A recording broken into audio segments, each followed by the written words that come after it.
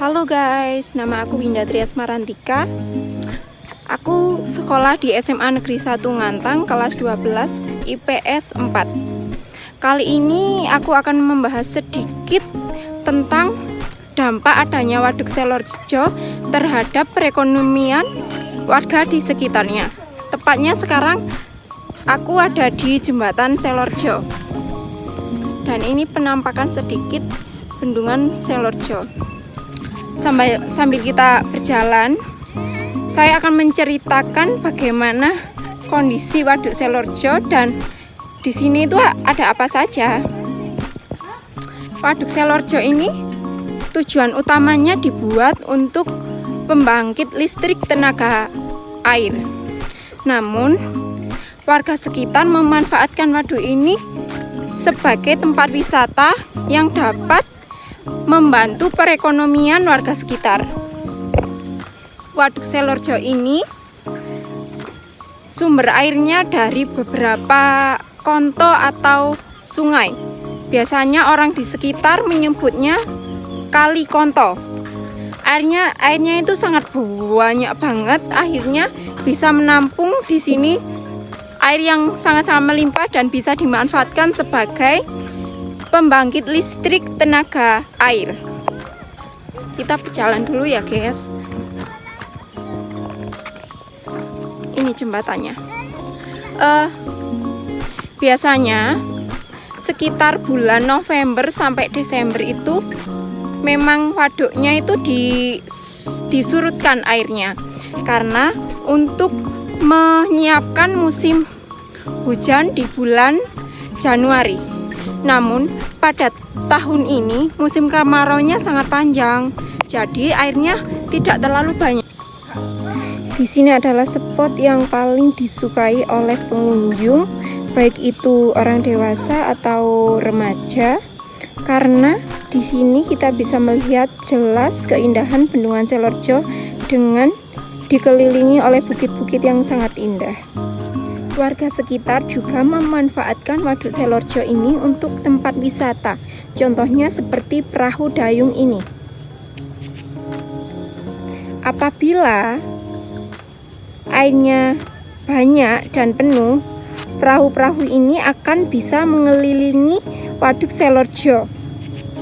Karena musim kemarau tahun ini yang terlalu panjang, akibatnya perahu-perahu ini tidak bisa mengelilingi keindahan bendungan Selorjo. Terkadang warga sekitar juga memanfaatkan Waduk Selorjo ini untuk mencukupi kebutuhan hidupnya sehari-hari. Seperti contoh, bapak ini sedang mencari ikan untuk dijual kembali. Di bendungan Selorjo ini juga menyediakan penginapan atau villa untuk wisatawan yang ingin bermalam di bendungan Selorjo ini. Pasti teman-teman bertanya, apa sih yang seperti pulau-pulau di tengah-tengah bendungan Selorjo itu? Seperti ini. Jadi, akibat kemarau yang panjang, airnya itu tidak bisa memenuhi bendungan Selorjo ini.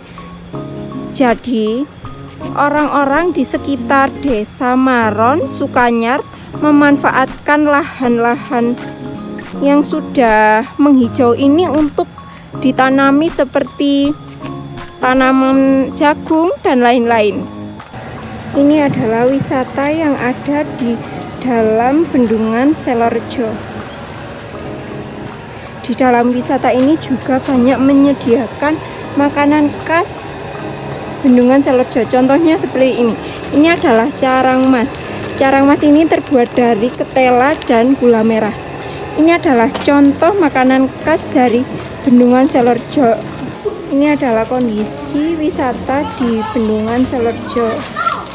Di sini juga banyak orang yang menjual baju-baju dengan ikon bendungan Selorjo.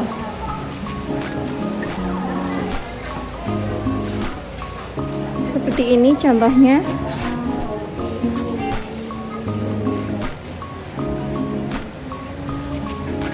Sebenarnya itu bukan hanya satu orang yang membuka usaha seperti ini. dikarenakan ini adalah hari Jumat, jadi banyak orang-orang yang tutup.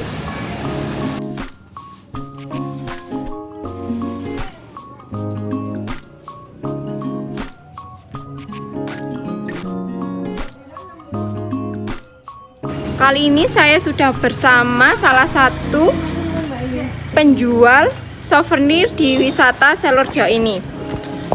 Perkenalkan namanya, Bu. Nama saya Diah Mardiana. Saya ingin bertanya bagaimana perekonomian Ibu setelah adanya bendungan Selorjo ini. Ya, alhamdulillah meningkat. Tapi sebelum corona itu, setelah corona jadi pengunjung sepi, jadi penghasilan juga menurun. Ini adalah kondisi waduk bendungan Selorjo. Di wisata bendungan Selorjo juga banyak terdapat tempat-tempat makan yang menyediakan hasil dari bendungan Selorjo.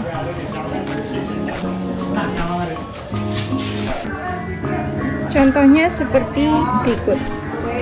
Ini adalah makanan yang dijual oleh tempat-tempat makan di sekitar bendungan wisata Selorjo.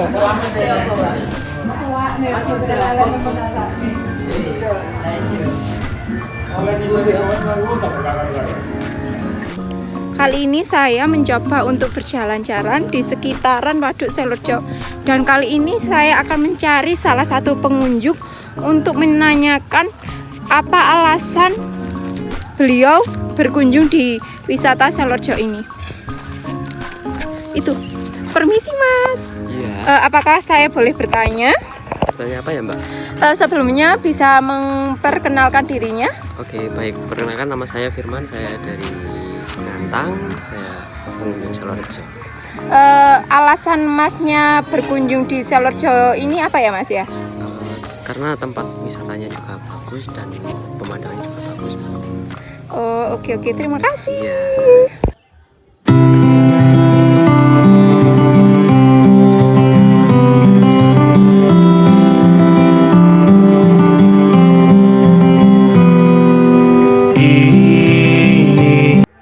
Jadi saya bisa membuat kesimpulan terkait dampak adanya bendungan Selorjo ini. Bendungan Selorjo ini sangat berdampak baik bagi masyarakat di sekitarnya. Dan bendungan Selorjo ini bisa menjadi daya tarik wisatawan dari luar kota untuk mengunjungi dan melihat bagaimana indahnya bendungan Selorjo ini. Sekian yang bisa saya sampaikan.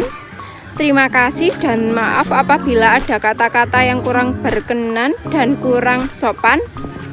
Saya akhiri, wassalamualaikum warahmatullahi wabarakatuh.